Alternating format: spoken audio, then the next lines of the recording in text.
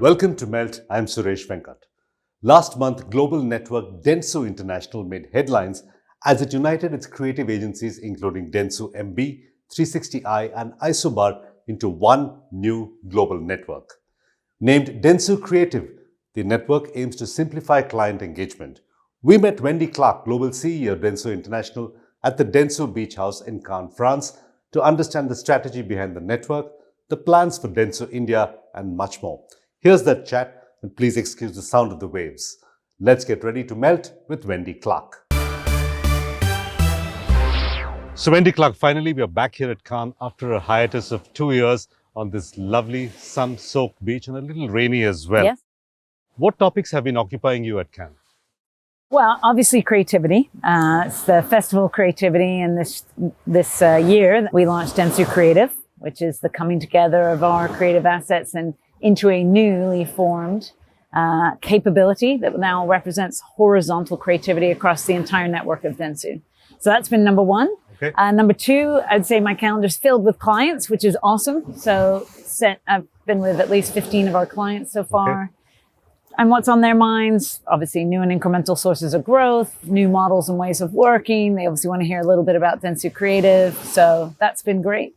And then I think very much sustainability. Sustainability, I think, is increasing on the agenda. It's getting the natural importance it is due at this point. We're all very clear. I was at COP26 late last year. We're all very clear. The planet is burning and we've got to do more. I also noticed you're wearing a Ukraine flag in support of Ukraine. That's been a topic of conversation at Cannes as well, isn't it? It has, absolutely. I got this actually from the Ukraine ambassador when I visited Poland in April. And just saw how our team was responding up front and obviously some of the tragedy that exists in that region of the world right now. I think it's important as we're here discussing possibility, we don't forget that 2,400 kilometers from here, there is a war, and that we need to ensure that we're standing firm in our commitment and call for peace, and that we're also helping and supporting those colleagues in a very difficult period of their lives. Let's start with a big announcement about Densu Creative. Let me just get some numbers out. 160 agency brands to 6 and now a single brand called Densu Creative.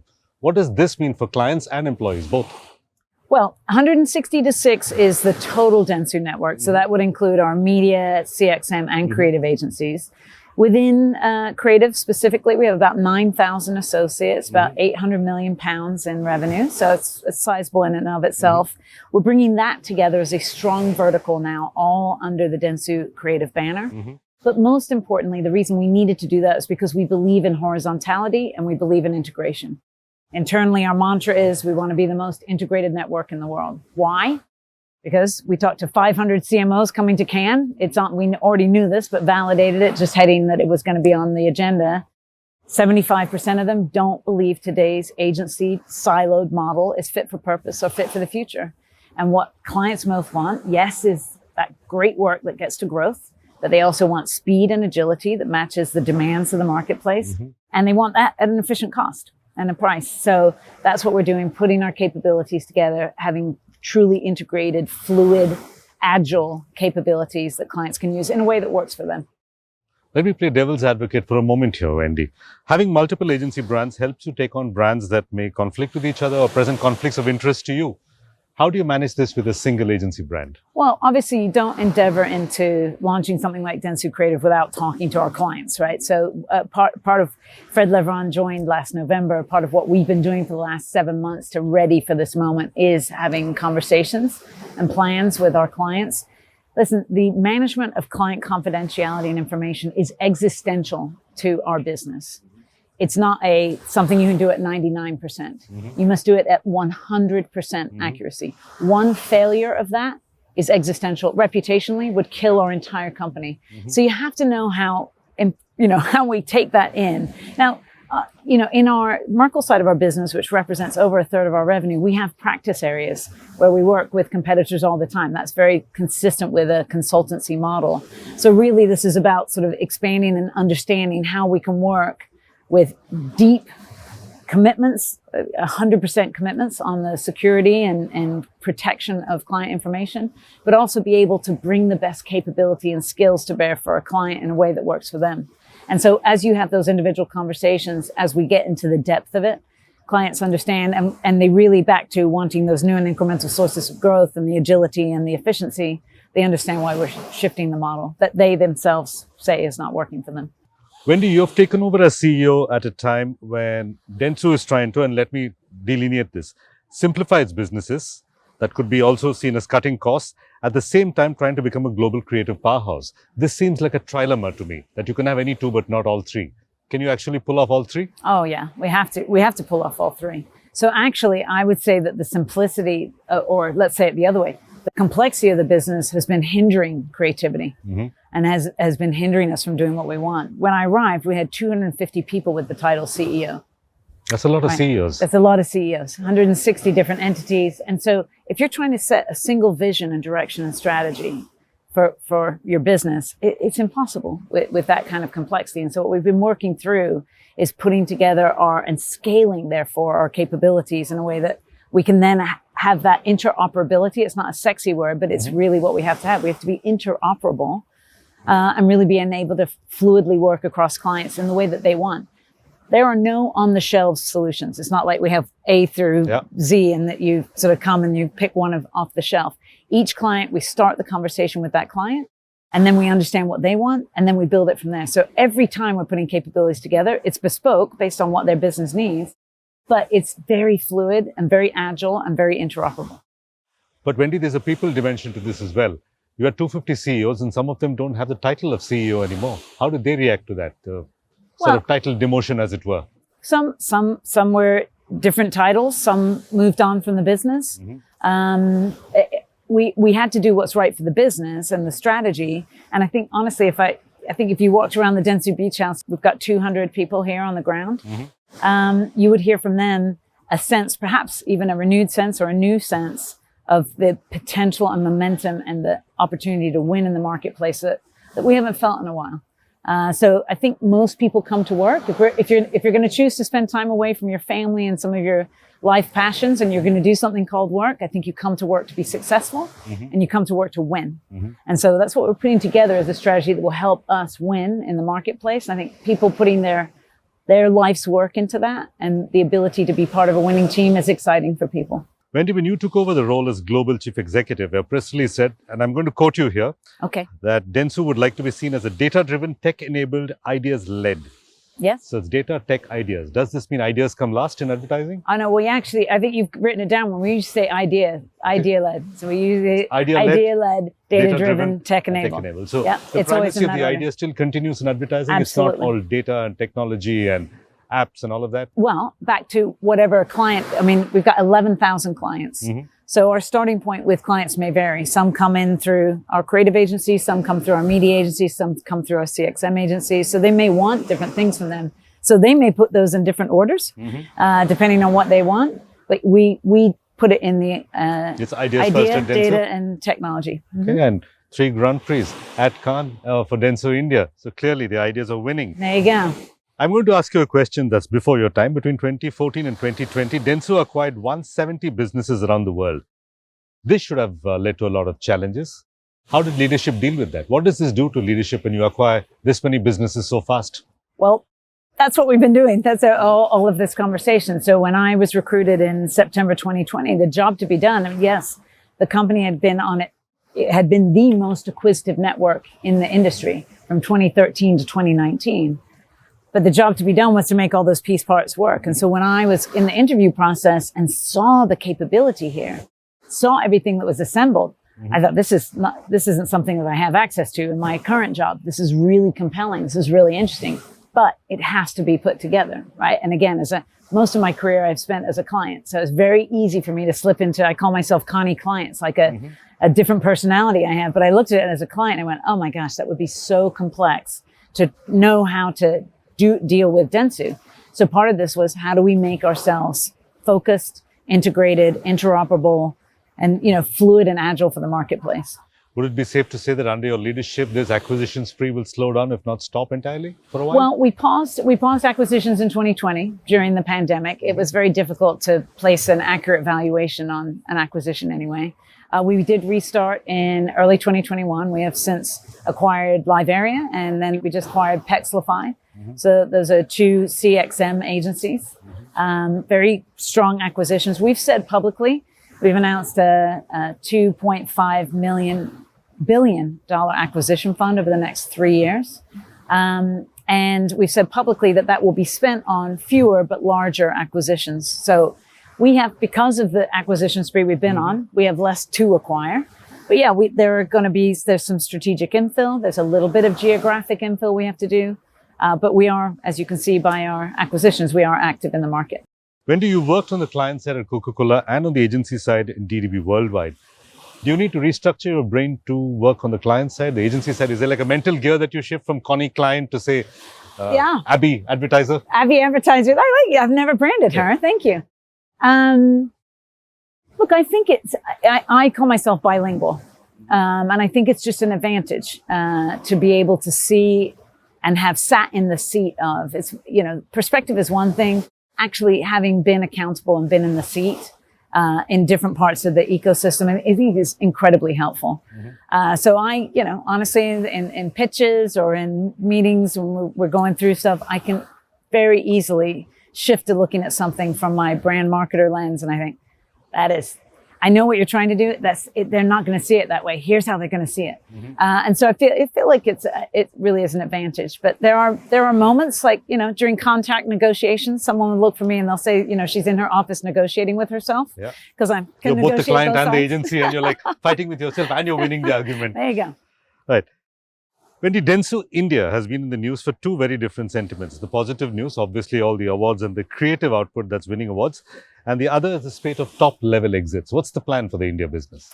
Well, we are breathlessly close to announcing the appointment of our APAC CEO. And once we have that person in place, I've wanted to leave the room and latitude for that person to really govern and look over a lot of these appointments and leadership opportunities. We have had Peter Highboom has been in the acting CEO role for India, which I think is shown by the outcome of the work that we're seeing here. The business is running, it's functioning, they're pitching and winning, everything's good. But we didn't want to appoint a role with knowing that another boss was going to come in and have that not necessarily be the person they would appoint. So that is all going to transpire very quickly here. And it is meeting its budgeted, forecasted, growth expectations. Do I think we can do more in India? Absolutely. Absolutely. India is just such a vibrant market from a capability perspective. It's from a headcount perspective, it's our second largest market where we have employees. So it's really, really vital for us and critical as we move forward to make sure that we're really leading and maximizing the potential there. So I feel like we have underused our position. And I think there's room there to really step forward. Are your Indian clients any different from your global clients, or are clients everywhere in the world? That's a fair question. I mean, our business and advertising as a business overall is deeply local, right? And when, as you mentioned, I was at Coke for a number of years. We used to say global scale and local relevance. And it was the pivot of those two thoughts always. And I think if you're talking to a global brand, they're going to want to obviously stand for one thing, have global scale, leverage their scale. There's a reason why they've acquired or expanded into those markets. At the same time, there's a reason they have people in those markets to have that local relevance and that local understanding. So it would be erroneous to assume that what's on the mind of an Indian client would be the same as what's on the mind of a French client, for instance. I think our business is deeply local. I think there's huge advantage from the global connectedness and shared learnings, and we constantly do that. But I don't think that it begins and ends there. So it is definitely that T of sort of global and then deeply local. And we just came out of a once-in-a-100-year pandemic. We thought everything is going to get better with a vaccine. We've landed right in the middle of a war and a recession. Surely many of your clients have similar concerns. What are you advising them to do? Hunker down, be brave, be optimistic? I don't know. I'm not sure that I'd agree we're in a recession. So I'd stop short of that. I think there's recession risk. Maybe the potential for a recession. And I think there's a lot of debate on when that will come. But yes, to your point, I would list a pandemic, a burning planet, and some of the other the war, obviously, that you mentioned. These are difficult times, but I think in those moments, what we know, our clients still want to navigate. They want to drive their business forward. I think I mentioned the survey we did with 500 CMOs. One of the other questions we asked them was about the role of marketing at their company and how they saw that as a strategic lever. 68% of them said that during this period, during this time of the pandemic, that marketing had actually increased its value within their organizations. Tricky times call for more strategy, more focus, more innovation, more new thinking. And so if you've got over 2/3 of CMOs saying they're actually leaning on marketing for that, I think that speaks well for the industry. Give me your answer the answer to the next question in 3 points. You're obviously trying to create a Three new company words? culture. 3 sentences. Oh, three Three sentences. bullet points. 3 bullet points. What are the 3 components of a company's culture and how do you build them in? Right off the bat, it's radical collaboration, it's instinctive generosity, and I would say it's deep integration. And so those first 2 are values that every one of the 46,000 people here hear on every communication we have, and that they're absolutely fundamentally critical. The last one around integration is more about how we go to market and the capability and the offering that we have, which we think, again, meets that unmet need in the marketplace of a siloed agency system at the moment that just is failing clients. And let me conclude this interview with a couple of personal questions, Wendy. Okay. Wendy, you've been a big champion of women in the workplace. What will it take to bring more women into the workplace and for them to be treated fairly thereafter? Yeah, fair enough. I mean, look, there's a few things. I mean, I would say what gets measured gets done. So we have set outward targets that are also outward, so you can hold us accountable to too. We've said we'll be 50-50 men and women at all levels of the business by 2025, not in groupings, not big groups of senior management where you kind of fluff that with bottom management every single level. And look, it's going to be a challenge. So we stand today probably around 36-37%. We've got a couple of years here. We're going to have to really jump 50, forward. 50. So part of it is setting measurements and holding people accountable. Also, all of our executives, their incentive compensation is also paid on achieving those. So it has to be about your pay being part of the strategy and what we're doing. So that's the other one. And then I think, look, we have to, if we're honest about the impacts of the pandemic, it's not been great for women. You've seen more women leave the workforce than men. There's no question that women have been more impacted during the pandemic. So our work practices, our ways of working, our flexibility, working to meet the needs of what women want to do and how they want to work have to be modernized. They have to look different. What got us here won't get us there. And I think we have to be very open to pivoting and working in different ways that will see women being able to either stay and or return to the workforce. And finally, Wendy, when do we see you in India? Well, that's an easy question because India is my favorite country. I've said it publicly before. I love coming to India. I've been 6 times in my life. I look forward to my 7th and beyond visit. And so my calendar is actually scheduled for the rest of this year, but I've already said early next year for sure. So you're going to see me very, very soon, and We hope to see you in India. Yeah, thank you.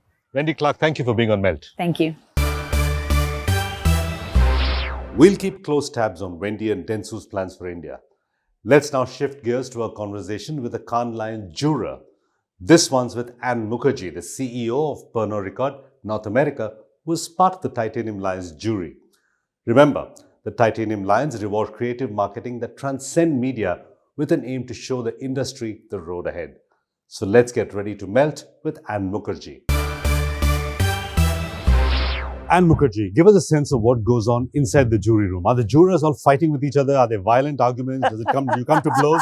What happens inside the jury room? I'd love to say that's the case, so you could have some great reality TV series out of it. But actually, the amount of respect, and let me tell you, there is debate, but you're at a level now where you respect each other, your experience, where you've come from.